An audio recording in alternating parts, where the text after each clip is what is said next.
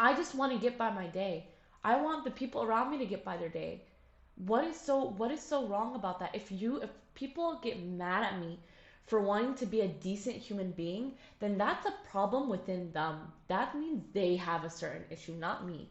If I'm a person who cares and that who advocates for like nonviolence and wants things to like just run smoothly, but also believes in the liberation of Palestinian people, and also wants both like Jews and Palestinians to just live in peace, because I have Jewish friends, I have Israeli friends, and I love them and they love me. Why can't I just live in with them and like not have this sort of hatred or tension? So if that makes me a shitty person, excuse me for my profanity, or it makes me an insensible type of human being because I'm not only standing in solidarity with one side, then honestly, I think there's a problem with you, because why are you not being a decent human being? Like, where's your humanity?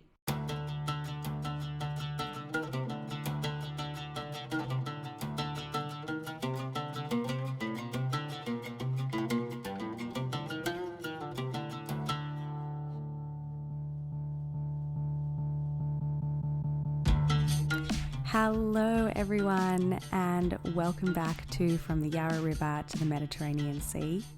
You are joined as always by me. My name is Hannah. I'm joining you from Naarm, also known as Melbourne in Australia, and you will shortly hear from Itai, who will join you from Jerusalem. Before we begin, I would like to acknowledge that I am recording this podcast on unceded Wurundjeri land, and I pay my respects to elders past and present. This was and always will be Aboriginal land. So there's not really a preamble to this episode. We are interviewing a Palestinian peace activist, Lana Ikelan. She is amazing. I just wanted to give you some quick context around a program that Lana talks about in this episode. It's a program called Tomorrow's Women, which is an organization that was co-founded in 2003 by Rachel Kaufman, Deborah Sugarman, and Anael Harpaz. And together they coordinate peace camps that facilitate dialogue, deep listening, and authentic speaking for young Palestinian and Israeli women. So Lana attended one of these camps, and she talks a bit about her experience in this episode. So without further ado, I hope you enjoy listening to this episode as much as we enjoyed recording it.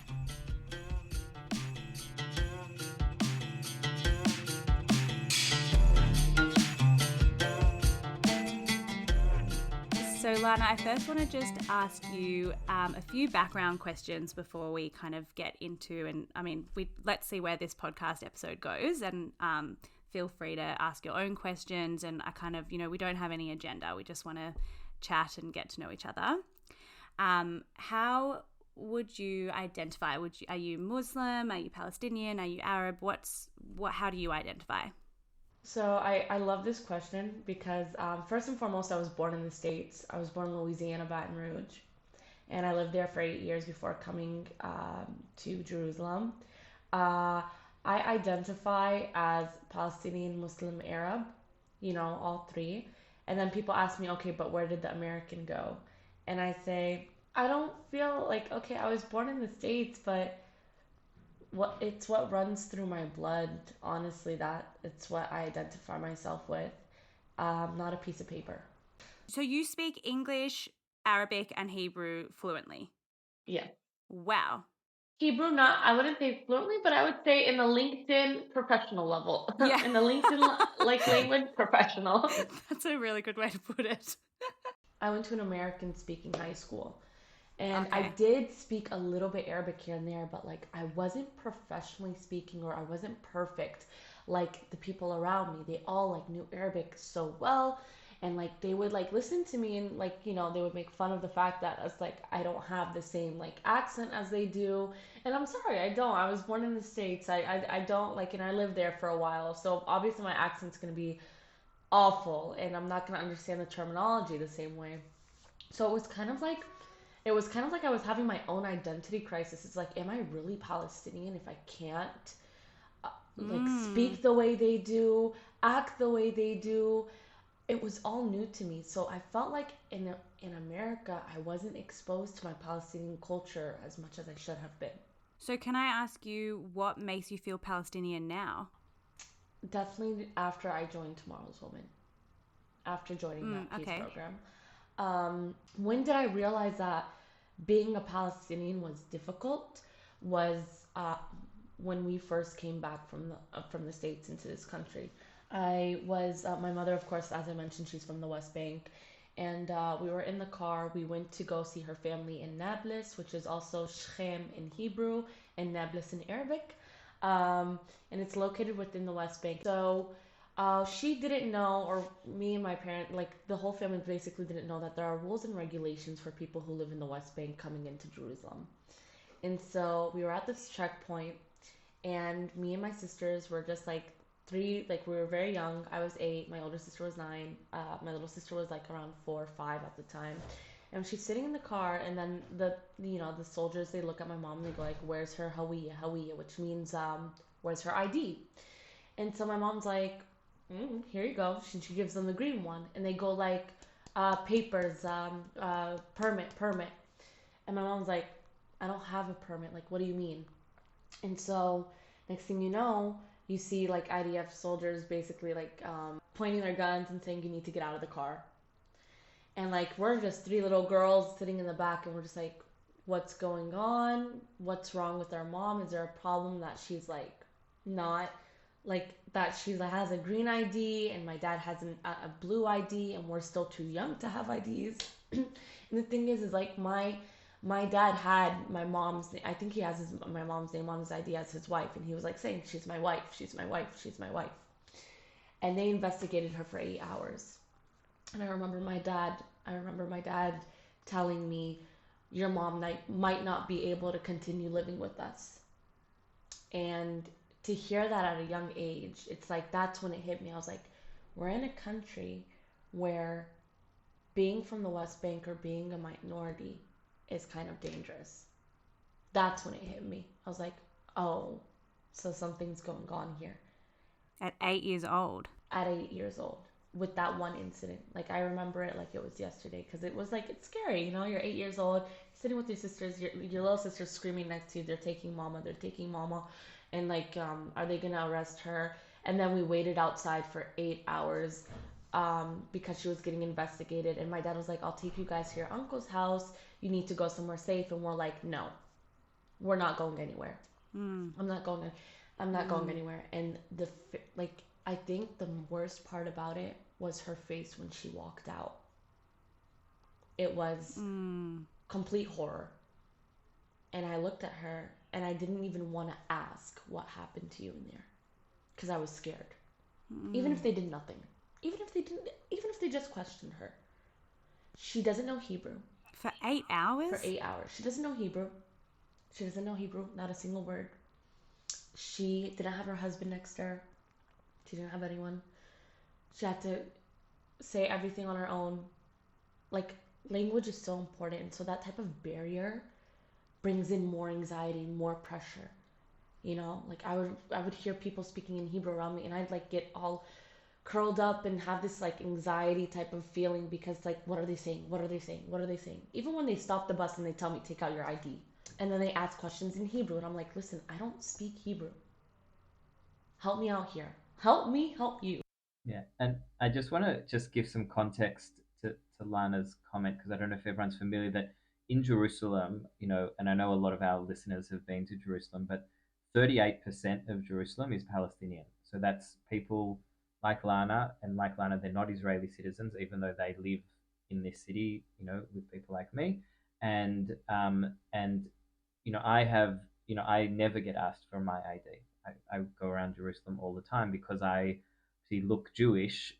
It's not something that I ask, but I know Palestinians ask for their IDs all the time, mainly by soldiers or police, and mainly for ostensibly for security reasons, because there's a lot of Israelis have fear that people may be in Jerusalem that shouldn't be in Jerusalem, especially if they've come in illegally from the West Bank, and so that's why there's always this questioning of IDs. But I think every Palestinian like Lana that I know has I would say, a very unpleasant story with Israeli security forces that few Jewish Israelis would have those experiences.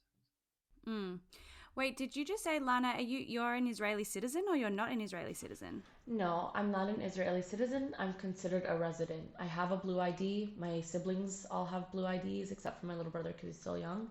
And my mother has a green ID. And the green IDs are for people who live in the West Bank. It's to basically label like this person is from the West Bank. Yeah, and maybe just to give context there, so as a Jewish Israeli, I have a blue ID, and what that means is that when there's elections, I can vote, whereas Lana can't vote in the Knesset elections, and 95% of Palestinians who live in East Jerusalem don't have blue IDs. They only have the green IDs, which means that they can't vote in our elections, even though the Knesset obviously makes laws that affect the lives of everyone in Jerusalem. East Jerusalem Palestinians can't, and that's because in 1967, when Israel annexed East Jerusalem, it annexed the land, but it didn't annex the people. So theoretically, Palestinians can apply to be Israeli citizens, and as I said, about 5% of Palestinian East Jerusalem residents do have citizenship, but the application process is very, very complicated. It takes several years to do. You're not always accepted, even if you want it. A lot of Palestinians don't want it as well. So, that's all the factors of. That's why when you ask someone in Jerusalem, what's your identity? It's super complicated. And then you've got another third of the city, which is Haredi, that lives here but doesn't identify as Zionist necessarily, but supports the country. And then you've got like the secular majority, the minority that's about 30% that lives in South Jerusalem, which is me. So there's really like three Jerusalems: a Haredi Jerusalem, Palestinian Jerusalem, and then a secular modern Orthodox Jerusalem. Mm. Wow, that's actually new for me because I don't think I realized that there were people like I know that people in the Palestinians in the West Bank aren't Israeli citizens, and I understood that, and same as in Gaza, but I don't think I actually comprehended that it's also in Jerusalem. Like I didn't realize, and I assume we're talking about East Jerusalem. Is that where you live, Lana? Yeah. Yeah, in East Jerusalem. So how can I just ask either of you, how many Palestinians do you think are living in Israel that aren't citizens? And how many Palestinians are living in Israel that are citizens? I think Itai should answer that. I think he knows the So, statistics better. yeah. So in Israel proper, there are 9 million people. I don't have the exact number in front of me, but about 7.2 million, I think, are Jewish, and 1.8 million are Arab.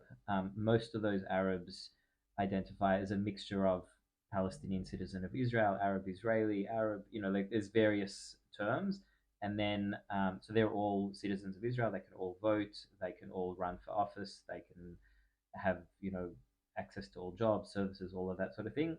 And the Palestinians in the West Bank are not citizens of Israel. And then the Palestinians in East Jerusalem, which is about approximately 350,000 people, as I mentioned, not citizens of Israel unless they apply to be, but it's very difficult. Mm. But very, very few Palestinians in East Jerusalem call themselves Israelis, whereas an Arab that lives in Haifa or Akko or a place like that would identify as Israeli. Interesting. And that's also got to do with the status of Jerusalem, because obviously for an Israeli like me, we consider Jerusalem to be the capital of Israel, and for Palestinians, Jerusalem is the capital of Palestine.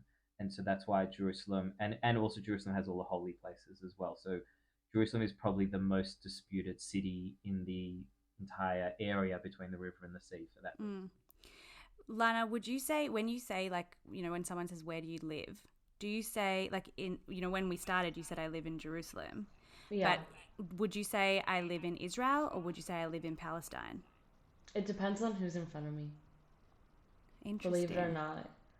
If I'm speaking to someone who, and I think it's not because I'm scared, it's because I just don't want to disrespect them.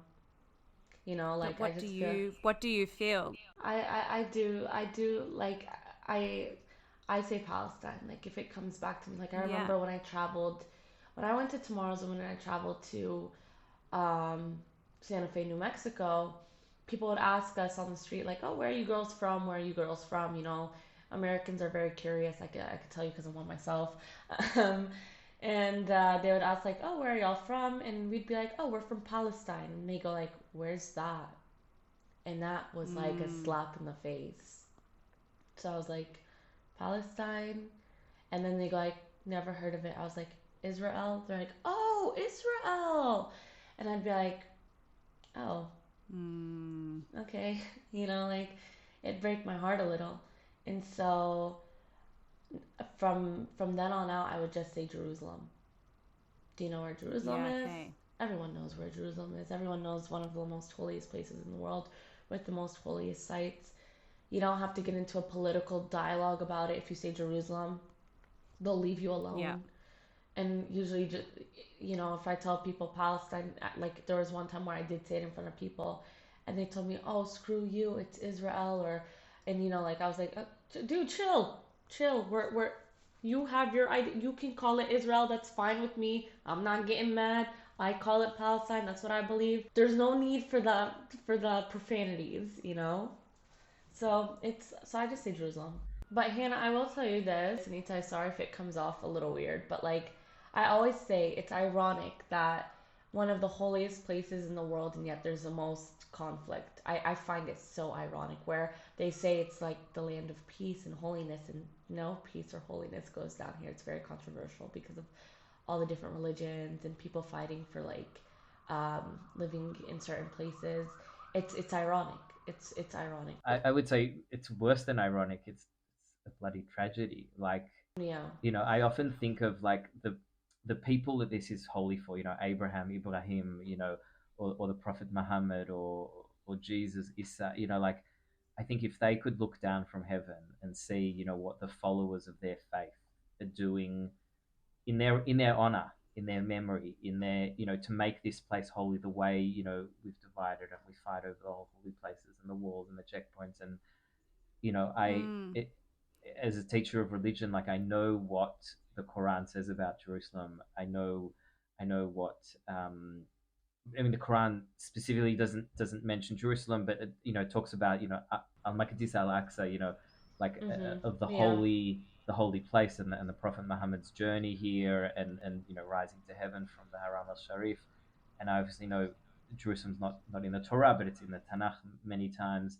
And I feel like, with all those traditions that we have about this place, like, religion should be this thing that brings us together, because all of our religions talk about this place being peace and compromise.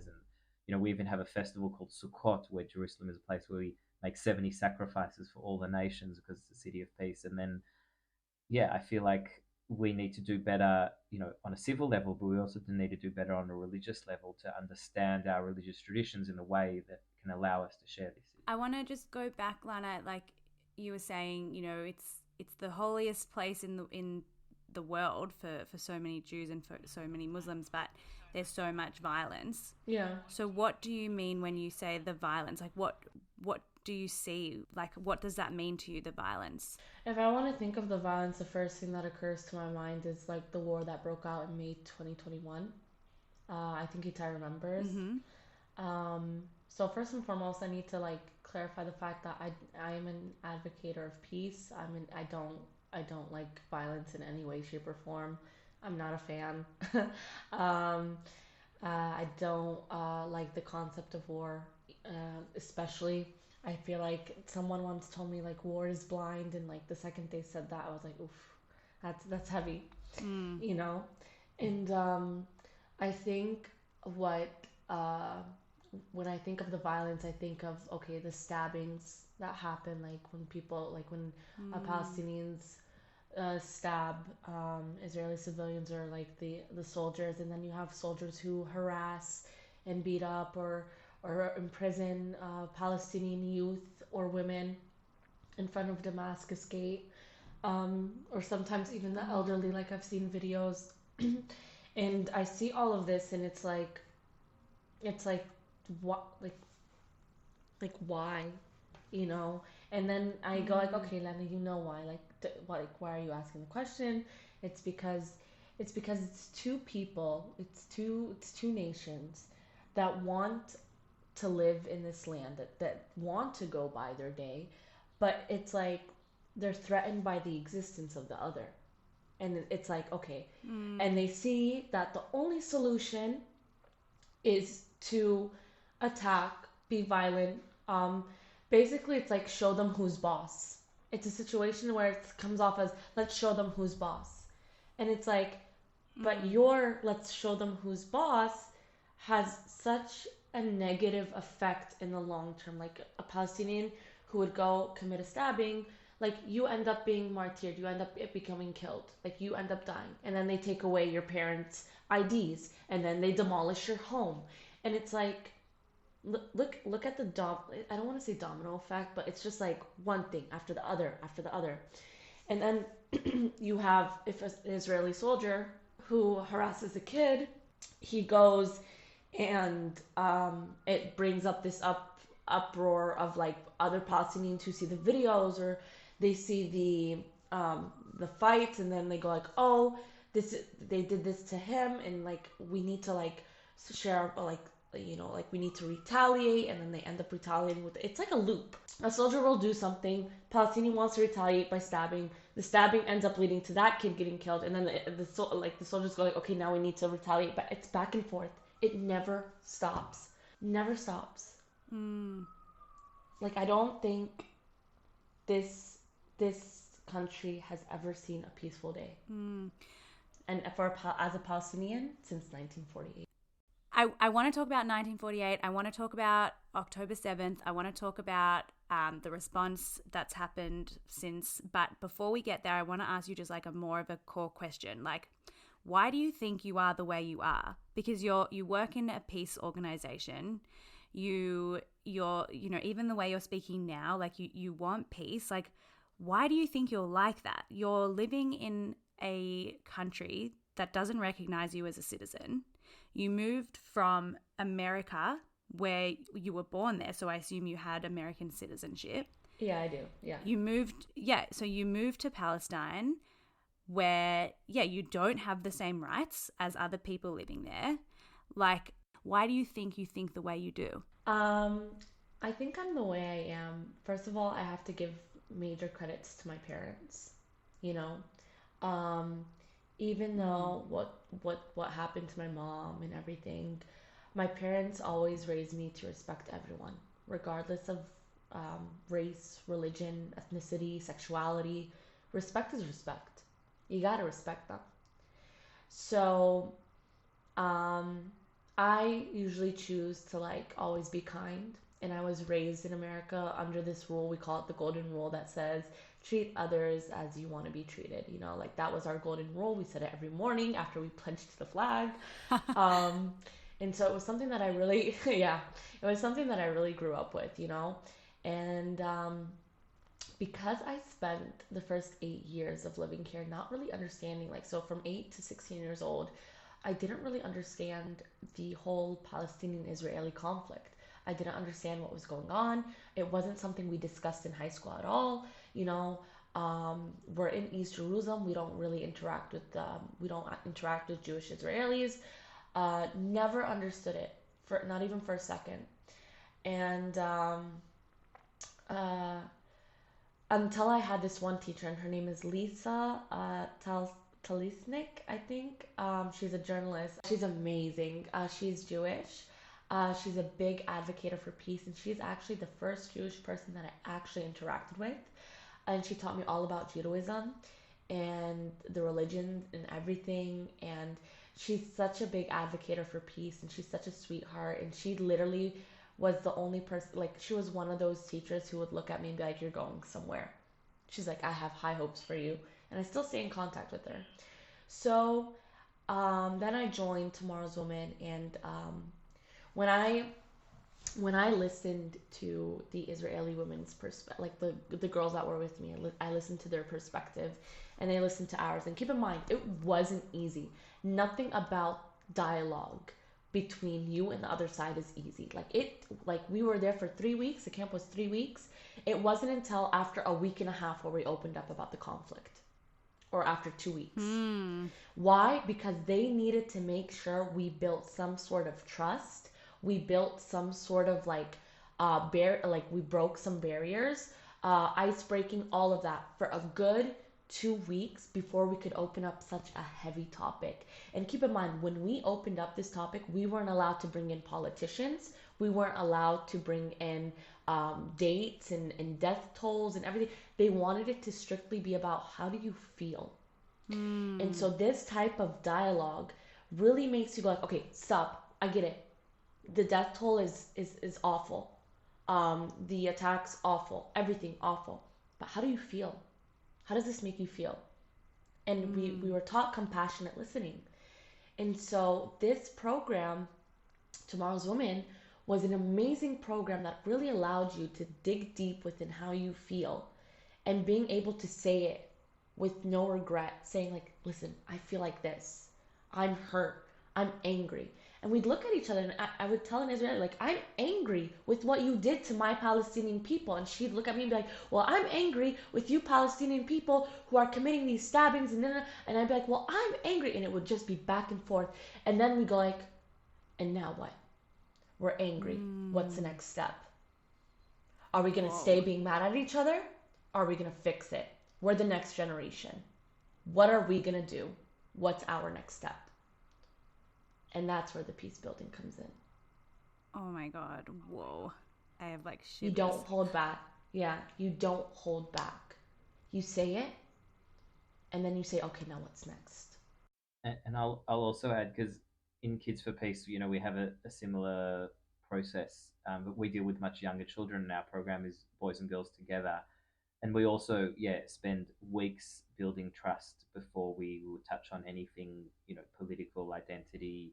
I mean, touch on identity, but I mean like, you know, more national identity, because you can't have these conversations without trust. And trust is this, it's not like this finite object that it takes an hour or 2 hours. You know, for some people, trust can take months, for some taking years, for some people can open up in 5 minutes. It's really different for every person. And I think you know, often when I look at the history of peace agreements, I know we spoke about that in an earlier episode.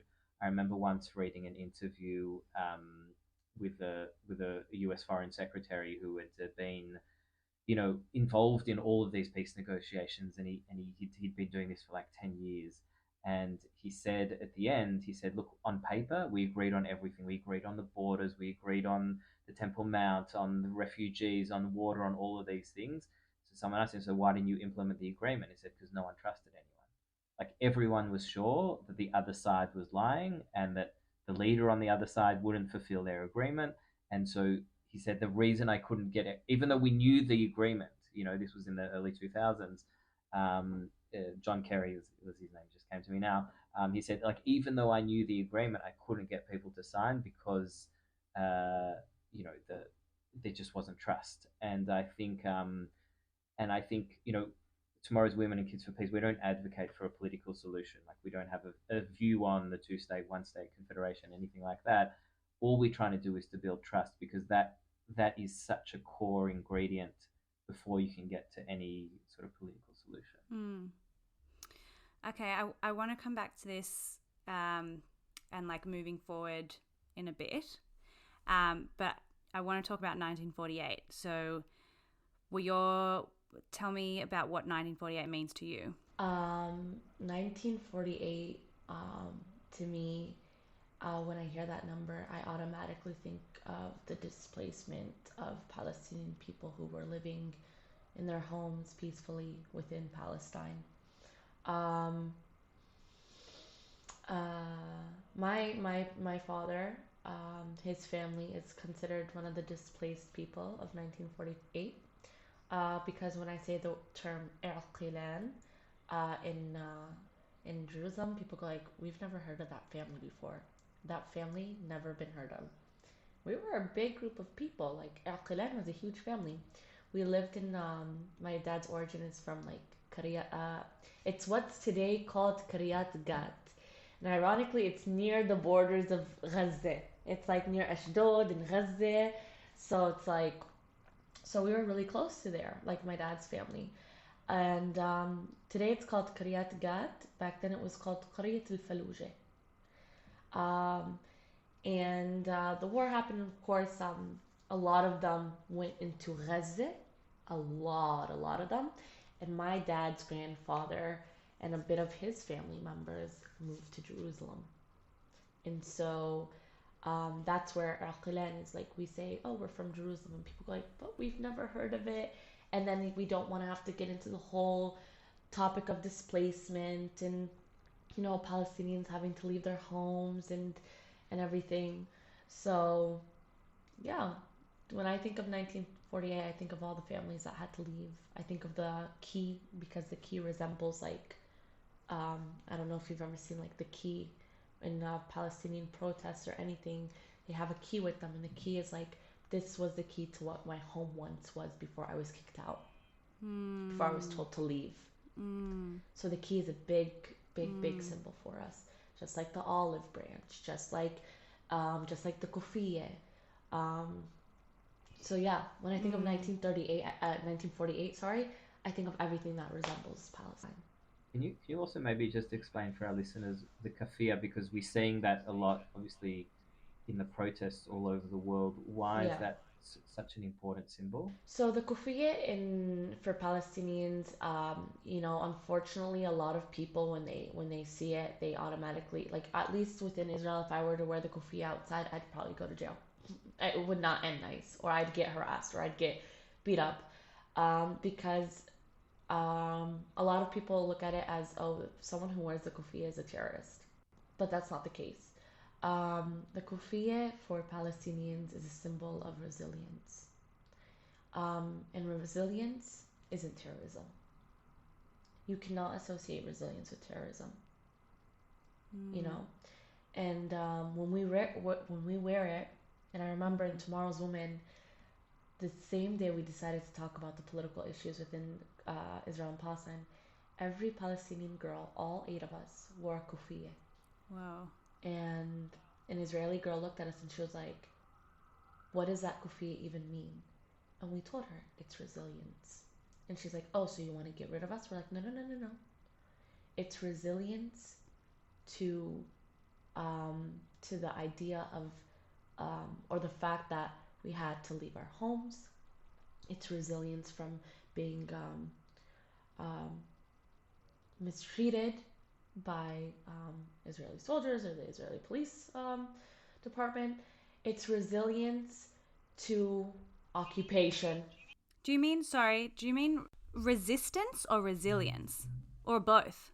Like, resistance is like when you hear a lot of people saying right now, like, this isn't terrorism, this is like resisting the occupation, resisting the violence that Palestinians have had to endure for so many years. But I mean, I kind of like resilience as well, because resilience means, like, like something that has kept going despite the odds. Like, when you're really down, or you, like, you can't go on, but you are so resilient and you keep going because you're so strong. And I mean, I kind of like, it's both. it's both. Yeah. It's both. Is it But like samud in Arabic? صمود. إنه Yeah. نصمد. Yeah. Hmm. So yeah, basically basically when we wore the kufi and everything, we had to tell them, like, what it meant. And like the kufi, like, even the way it's drawn in a certain thing, each of those have a symbol. Like, I can't name them right now because, like, one, I don't have the kufi on me, and two, it's like I didn't memorize them. But even that, like, to the tiniest detail, something resembles something. There's symbolism within symbolism in Palestinian culture, and that's what makes me so proud to be Palestinian. Is the depth that we go to. It's that being a Palestinian means digging deep into your roots. It's starting from the root up, and it's beautiful. I love that I am Palestinian. I love that I'm Arab. I take so much pride in it. I love that. It's so nice to hear that. I love that you feel that way. And, like, it makes me want to cry, because I'm so happy that you feel proud. And I'm so, yeah. Anyway, I could go on about how I feel all day. But kind of just for the timeline for me to understand. So your grandfather was removed from his home and was they relocated to Jerusalem. And then how did you get to America? How did he leave to go to America? And then how did you come back? And why did you come back? So basically, when my father is the one who went to America, him and my mom decided that it would be a good idea to just start fresh somewhere. Um, and I think they left to America in like 1999 because I was born in 1999. So yeah, 1999 is when they went to they went to the States. It wasn't for any political reason. It was just a personal reason between my parents. They're like, let's go. Let's start somewhere new. My older sister was already born. She was 9 months old, or like a year probably. And next thing you know, we went to the States. We lived there for about 8 years. And then my parents thought to themselves, I think it's about time we go back to we go back to Palestine, and we raise our kids where, where their culture like where their culture lies, where their religion lies, where who they truly are within blood like that's where they should be located. And I do not regret for a second being raised in this country, despite all odds. And trust me, there are plenty. Hannah, there are plenty. you know, I'm sure. I loved, I love the fact that that they decided to move here. And I tell my dad, no matter how difficult it gets sometimes over here, I tell him, don't regret it for a second, because your daughters are close to their roots. They aren't raised outside. Can you try and explain a little bit more about why you love living in Jerusalem? Like I was having a conversation with Itai the other day about why is it so important for him to be in Jerusalem? And I mean, he can speak, but what I kind of took from that was because he loves being Jewish. He feels so Jewish, and it's amazing to be living in a city where everyone, well, not everyone, but his community, people around him are Jewish. It just feels Jewish. The streets stop on Saturday for Shabbat, and on Yom Kippur everything stops, and it's like such an amazing feeling for him to just be around other Jews. So and being Jewish myself, like I can understand that, I relate to that, but I want to know from you, like, what makes being in Jerusalem feel so Palestinian? And also, is it about Islam as well, or is it more the Palestinian cultural, or is it the religious aspect as well? And like, what parts of Jerusalem make you feel like that? Like paint a picture of where you go and where you feel most yourself in Jerusalem. So when I think of why I love Jerusalem so much, the first thing that comes into my head is like Masjid al-Aqsa, the Dome of the Rock, the very iconic religious site for Muslim people within all around the world. And that's the first thing that comes to my mind. The calligraphy and like the beautiful art of Arabic written on the walls of the old city. Like sometimes you can still see it even if it's a little bit faded away. I think what I also love is like the carts of the ka'k and the falafel that's like, like through like the streets of Salah ad-Din. I also think of like the awful drivers and like the traffic and the honking. I'm like, oh, my beautiful annoying Jerusalem, how I love you so. Like, when I would travel outside the country and I wouldn't hear cars honking, I'd be like, is there something wrong? And then I come back to Jerusalem and I like hear all the air, like everyone in East Jerusalem just honking their horns for no reason. I'd be like, oh yes, my people, my culture. We've got a lot in common, Lana. So I was like, yep, I'm back home. And I think what I also is like when it comes to religion, I've recently gotten really close to my religion, and I wasn't that close before. I feel like I didn't like I was always close by heart but not by action, and now I'm doing action as well, and it's like it's great. What else reminds me of Jerusalem?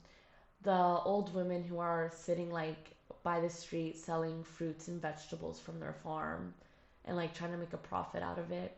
But I think my favorite part in Jerusalem, my favorite place in the whole entire world, is the educational bookshop within Salahuddin Street.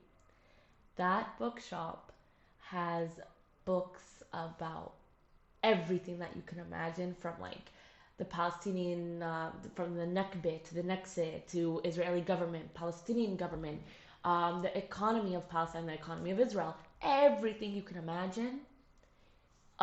Books, like when my cousins came from the States and I took them to that bookshop, I told them, I'm taking you to my holy grail. I literally described it like that. I was like, I'm taking you to my holy grail. And they're like, what is it? I was like, it's this bookshop. And my cousin bought like 5 books, and she's like, we don't have these books in the States. And one book, like like she was also comparing prices, and she was like, it's insane. And she was like, she's like, you're so lucky you have this bookshop. I'm like, okay, first of all, knock on wood. This is my holy grail. If anything happens to it, I will not be happy. And like, I don't look at the books of politics. Like, I really go there because they have all my Colleen Hoover books. Big fan. Hilarious. So like, hilarious. So like, that place is everything to me. Like, that's my Jerusalem within my Jerusalem. Like, I love that place. I love that story because every time I bring visitors to Jerusalem who are Jewish, like they always, they want to go to the Kotel and Machne Yehuda and like, classic Jewish places.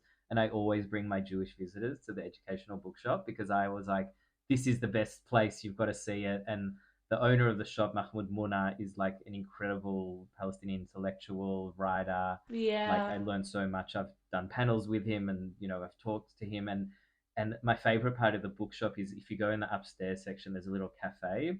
And they've also there's a religion section, and there's a book there by Jonathan Sacks, who's like a very well-known Jewish rabbi. And you don't expect to see this Jonathan Sacks book in this Palestinian bookshop. And it's a book about the dignity of difference and, interfaith and that sort of thing. And it's sitting next to a book by Karen Armstrong, who has written many books about the Prophet Muhammad.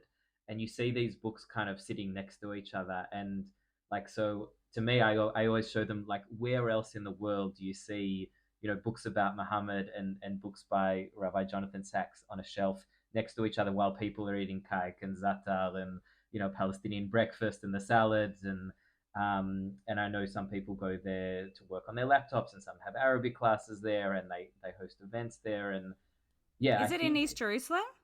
It's in East Jerusalem, Salahuddin. Yeah. Salahuddin, for those that don't know, is like, if you think of like Jewish Jerusalem, the main road is Rehov Yafo. And that's, where the light rail is and whatever. So Salahuddin is like the Palestinian Rehov Yafo. It's like the main street where all the shops are, the busiest days of the week, the days, like when we closed, like when, like say Shabbat, when Rehov Yafo, every single shop is closed, you could go to Salahuddin and everything's open and it's full of people. Whereas on Friday, when Machne Yehuda is packed with everyone shopping for Shabbat, Salahuddin doesn't have a single person on it because, Friday's so you really feel like they're almost like, it's the same city, like they're literally 2 kilometers apart from each other, but like they're almost like on different planets. And then like in Geula and Haronof, there's, Malchei Israel Street, which is like all Haredi, and that's also like another planet. So whenever I have a visitor to Jerusalem, like I always want to show them like Geula, Haronof, Malchei Israel, Yafo, and Salahuddin, and that's like the 3 streets that show you the 3 different types of Jerusalem. And I think if you come and you just see one, you've only seen a third of the city. Like you haven't gotten the full picture of why I love to live here. Why this city's so amazing.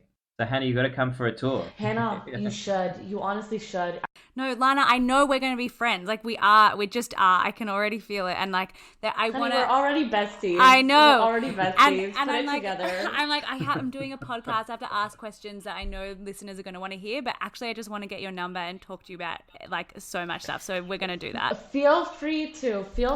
Honestly, Hannah, I will send all my personal details to Itai, and then he'll send them to you, and then we'll start texting each other. We'll become best friends, and you never know. We might open a podcast between a Palestinian, like a Jewish. Don't tempt me with another podcast. I'm tempting you, and it could be really good. We could be the start of something new. Oh my God, don't. I can't. We're going to poor Itai. Sorry, Itai. someone else. Yeah, I'm being replaced with Lana, but I think Lana's awesome, so I'm happy for Lana. No, Itai is gonna join. Itai is definitely gonna join. Okay, yeah, we'll have you on as a guest. It's fine. We'll have you on as a guest. I'll be your fact checker. Oh yeah, we need one of them. Yeah, we can just talk about our feelings, and Itai will just be like, yeah. Your feelings are valid. Your feelings are valid. Thank you. My fragile male ego is a bit bruised at the moment. I think I'll survive. Yeah. Okay. There are so many questions, and we don't have time for them all. So I am thinking about my podcast brain and thinking about what listeners would want to hear. So let's fast forward a little bit and talk about October 7. So do you remember where you were? Take me through your day. So on October 7th, it was, I think, Saturday. It was Saturday, correct? Yeah, Saturday morning, yeah. Saturday morning, I woke up and I was supposed to see a friend of mine, and he goes like, we need to cancel. And I'm like, why, what's wrong? And he's like, a war broke out. He's like, I'm like, what? And he's like, a war broke out. I'm like, stop playing. That happens every day. What do you mean? What makes this one different? He's like, no, Hamas has entered Israel. There is literally danger happening right now in the kibbutzim near the Gaza Strip. There is literally kidnappings happening and 1, 2, 3. And so I automatically open the news. And keep in mind, what type of news outlets do I look at? As a journalist, I look at everything. You have to have a broad aspect. I look at Palestinian news, I look at Israeli news, from far right Israeli to left Israeli, and from far right extreme Arabic to really leftist Arabic news, whatever you want. I look at it all. I even look at Western media. And the reason why is because it's important. So I started looking, and then I was like, oh, okay, this is really bad. I got scared. Even I got scared. I was horrified. I mentioned that I'm a big advocate for peace, and I don't agree with war. And like when I saw what was happening, I was like, oh no, the backlash that this is gonna have. Oh no. Automatically, the first thing that happened, like that occurred to me when I saw like the videos of like, there was this really viral video of like a girl that got in the back of like one of Hamas's cars. It was a truck. Yeah. And I remember. I just want to say that girl is Nama Levy. Levy. She was a graduate of the Hands of Peace program. Like, so she herself, she's 19, had been in one of these dialogue programs, and actually saw a video last week of some of the Palestinian girls, that had been friends with her from the summer camp, like calling for her to be released. And it's the only hostage where I've seen like, a Palestinian video calling for her to be released because of that connection that she had. But that footage of her being dragged and she's got blood stains all over her pants as well. That horrified me. Yeah. I remember shivers going down my spine. I was like, what the hell is going on? Mm-hmm. And I remember I was like, oh no. And like, I remember I was thinking to myself, I was like, this isn't good. And then automatically the second thing that popped into my head, the people of Gaza, they're going to deal with the consequences more than Hamas. And as a journalist, I have to like write down what's like going on in Gaza. I need to like figure out, like try to get connections. And I think one of the hardest parts, and I said this to Itai, was having to transcribe these audios of people from Gaza, women and men crying, saying, I lost my kid. The other day I transcribed a woman who said, the only thing that I have left with me is my 2-month-old baby in my stomach. My other kids that are literally less than 3 years old have passed away, and my son died, and my husband died. And so imagine listening to that and having to keep repeating, to writing word per word, make sure that it's like accurately written. And like the first time you cry, the second time you tear up, the third time, and then after you keep repeating, you go numb. And then like you also like you see the videos of like parents screaming in the Knesset saying, I want my kid home, I want my dad home, or I want my mom home, or like at the end of the day we forget, like these are people who are losing people they love, or are scared of people they love. We forget to look at humanity when war breaks out. We forget, us as humans, we automatically go, I choose this side. Okay, you want to stand in solidarity with your people, that's fine. I stand in solidarity with my Palestinian people all the time. But what about standing in solidarity with humanity? I always say it. Why? Why do we forget that?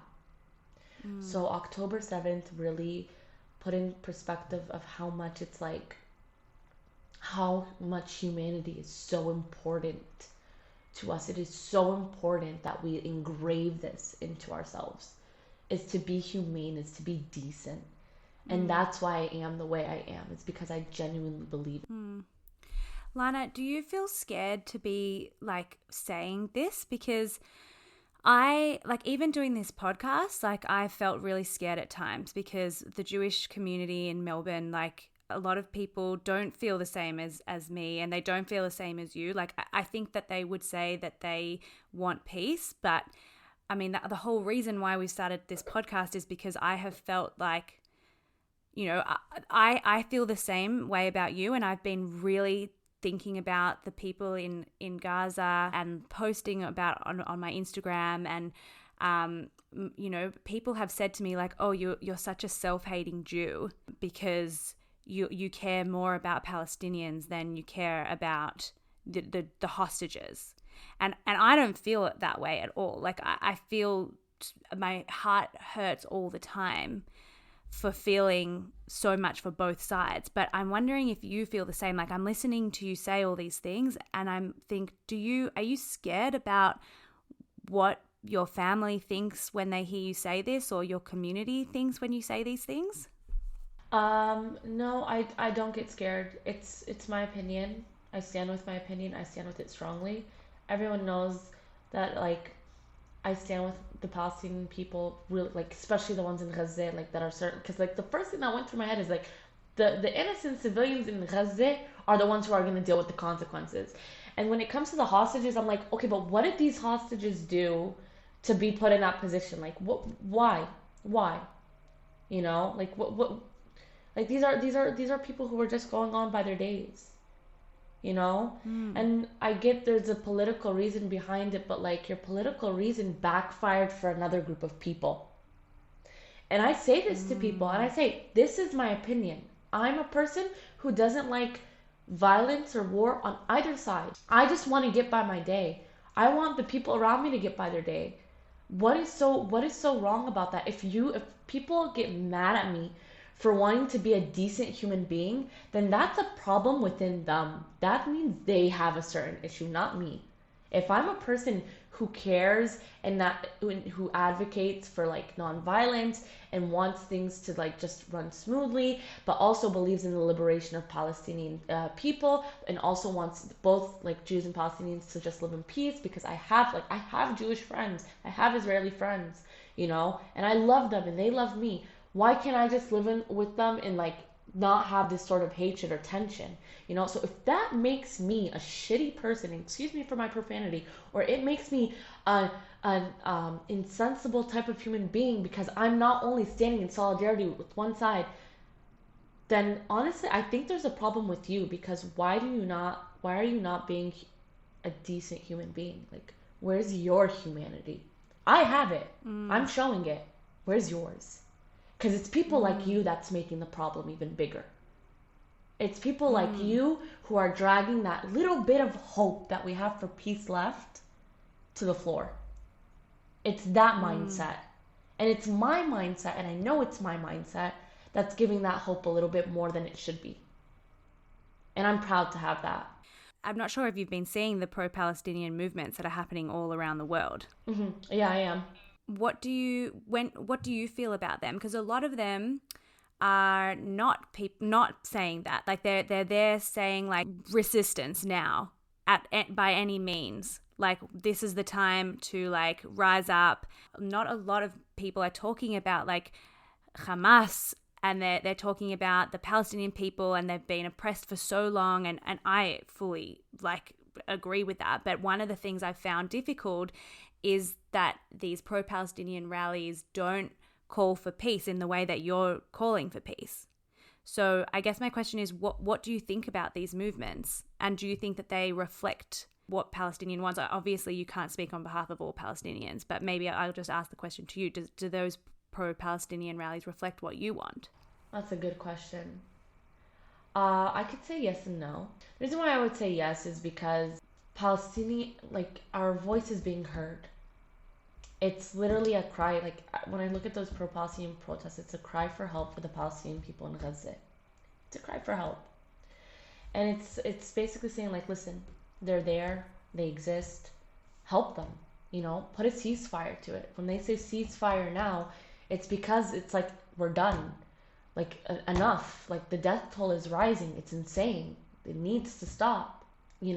Having that type of voice is like having the world look at us and say we're here. Hey, we see you. um, Feels liberating inside. It's a sense of relief. However, in the aspect of another thing is that what I'm worried about with these protests is that there has been a rise in anti-Semitism, and that kind of concerns me. That doesn't kind of, it really does concern me. Even though there are a lot of Jewish people who are standing in those pro-Palestinian protests and say, like, hey, that doesn't resemble me as a Jew. What's happening to the Palestinian people does not resemble me as a Jew. And I really think, I really hope that when these pro-Palestinian protests go on, they address the fact that we do not agree with what Hamas did. I feel like it needs to address that more, because a lot of media outlets are saying that these pro-Palestinian protests that are breaking out is in support of Hamas. And it's like, I think we need to clarify a little bit more about these pro-Palestinian, because I'm a journalist. I read what news outlets are saying about these protests, and it's like, hey, let's clarify a couple of things here and there. Like in these protests, clarify why you're doing this protest. Like go more into depth, and don't be afraid to mention like, hey, we don't agree with what Hamas did either. We just want the people within Gaza to like innocent civilians stop being bombed or killed, or and don't be afraid to mention that. Like label it, say it. Like I think there should be a little bit of clarification in that aspect. Why do you think they don't? Because I feel like they're so angry. I feel like they're just so angry. Like, and I'm angry too. I'm very angry. I'm pissed. But I feel like because we've allowed our anger to like take over a bigger toll of us, and those emotions have just so like overpowered us, like as Palestinians, so much, we forget to look at like the other side. They only like are focusing on like, hey, these people, they need to get saved, they need liberation. Like that's what's dominating their emotions and their mindset right now. And I just want to add something on the protest. So I know there's obviously a lot of Zionist protests with messages like Am Yisrael Chai and free the hostages, and there's the Palestinian protests with free Palestine from the river to the sea. I know in London there's been a few, they don't call them protests, they call them vigils, by a group called Together for Humanity. And I really want to give them a shout out. I think people should look up their page, because what they've been doing is in their vigils for peace, they don't have any flags, no Israeli flags, no Palestinian flags. And they have Magen Inon, who is a bereaved Israeli. Both his parents were killed on October 7th, and Mira Awad, who's very prominent Palestinian citizen of Israel, musician, Robbie Damlin, and they've had the Archbishop of Canterbury has come to some of these, and they come together as Jews, Christians, and Muslims, and call for peace. They call for releasing the hostages. They call for ending the attacks on and bombing of Gaza, and I think that's so important to do that together, because ultimately, if you want peace, you can't only be calling out one side, and anyone that thinks that only one side is the problem here is not calling for peace.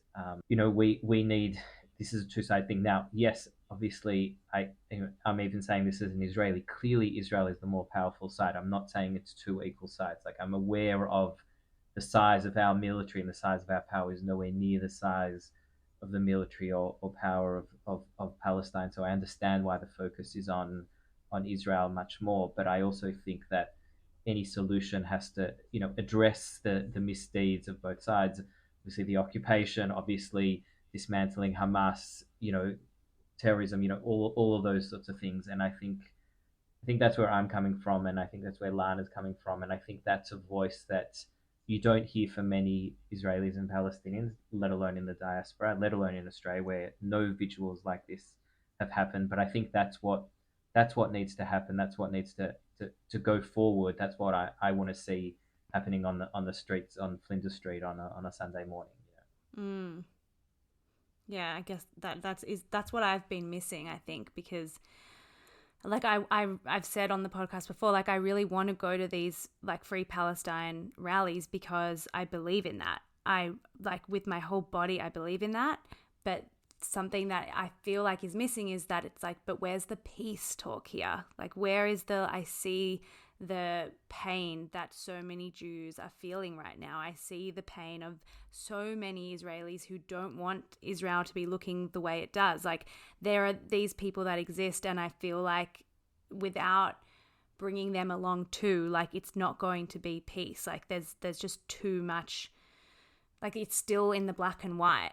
And, you know, in order to have peace, there needs to be sitting in the grey area, which, I mean, I'm just like so blown away by how much you're in that grey area. Like, do you think that you're in the minority, or do you think that are your friends like this? Are your family like this? Like, what do you think people in East Jerusalem, would they be like you too? I honestly, I have a mixture of friends. Like, I have friends that are like, you know, strictly like one-sided Palestinian, one-sided. I have friends who are a lot like me, and then I have friends who are extremely Israeli rightist as well, and like center. I I mix myself with different people on purpose because I want to understand each one's side. I want to know what each one thinks. I want to understand them. And at the same time, it's like, I want you to understand me too. And like, let's look at it from two different narratives. So I don't expect people to think the way I do. I don't expect it. I wish they would. I wish there were people who like advocated for peace and advocated to live in solidarity and to like be decent human beings. You know, I wish. I really do. But I think from here till something like that happens, it's gonna take a while. But it doesn't mean we should lose hope. I'm not losing hope. I feel like everyone has the capacity to be doing this. Like every single person has the capacity to do this. I know. Can I just say, you know, as someone that's been facilitating the conversation that we're having now, I've been doing this for the last 6 years at Kids for Peace. We have very, very few people in our organisation, and even if you add Kids for Peace and Tomorrow's Women and Seeds of Peace, like all these organised, maybe we've got a few thousand kids doing this every year. Like it's a drop in the ocean. You know, compare that to Scouts or to the bigger groups here. Like it's a fraction. And I think a lot of people have a lot of fear of this, a lot of fear of, if I, like I speak to Jewish kids and I tell them to come to Kids for Peace in Jerusalem, and they say, what if they're terrorists? What if they'll harm me?